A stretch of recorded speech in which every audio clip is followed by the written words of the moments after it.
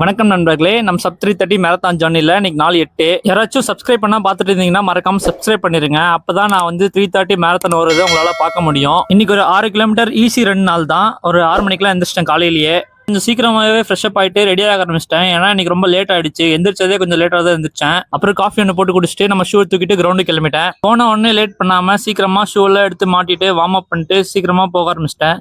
ஏன் சீக்கிரமா பண்ணணும்னு சொல்றேன்னா, இப்போ வெயில் காலம் வருது. அதனால ரொம்ப லேட் பண்ணோம்னா வெயில் அதிகமாயிடும். அப்புறம் ஹீட் அதிகமாச்சுன்னா டீஹைட்ரேஷன் அதிகமாகும். அப்புறம் தலை சுத்த ஆரம்பிச்சிடும். அதனால தான் சொல்றேன். அப்புறம் தண்ணி எல்லாம் குடிச்சிட்டு ரன்னிங் போக ஆரம்பிச்சிட்டேன். இன்னைக்கு ஒருத்தர் கூட தான் ஓடிட்டு இருந்தேன். அவர் என்ன கேட்டார்னா, ஓடும்போது என்ன ப்ரோ ரொம்ப ஸ்லோவா ஓடுறீங்க, கொஞ்சம் ஸ்பீட் இன்க்ரீஸ் பண்ணுங்கன்னு சொன்னாரு.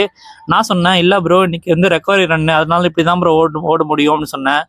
அவனுக்கு ரெக்கவரி ரன்னுனால என்னன்னு தெரியல. அப்புறமா அவனை பிடிச்சி உட்கார வச்சுட்டு கொஞ்ச நேரம் சொல்லிட்டு இருந்தேன், இதெல்லாம் இப்படி ப்ரோ ரன்னிங் பத்தி இதெல்லாம் சொல்லிட்டு இருந்தேன். ஏதோ நம்மளால முடிஞ்சது, நம்ம சேவையை பண்ணியாச்சு. அதுக்கப்புறமா ஒர்க் அவுட் செஷன் ஒரு 30 நிமிஷம் ஒர்க் அவுட் பண்ணிட்டு அங்கிருந்து கிளம்பி ரூமுக்கு போயாச்சு. சீக்கிரமா சாப்பிட்டுட்டு ஆஃபீஸ் கிளம்பிட்டேன். நம்ம கிஷோர் அண்ணா சொல்ற மாதிரி நான் இன்னைக்கு கடினமா இருந்துட்டேன். நீங்களும் கடினமா இருங்க, உடம்பு பாத்துக்கோங்க. மண்டை பத்திரம். நாளைக்கு சந்திக்கலாம். பாய்.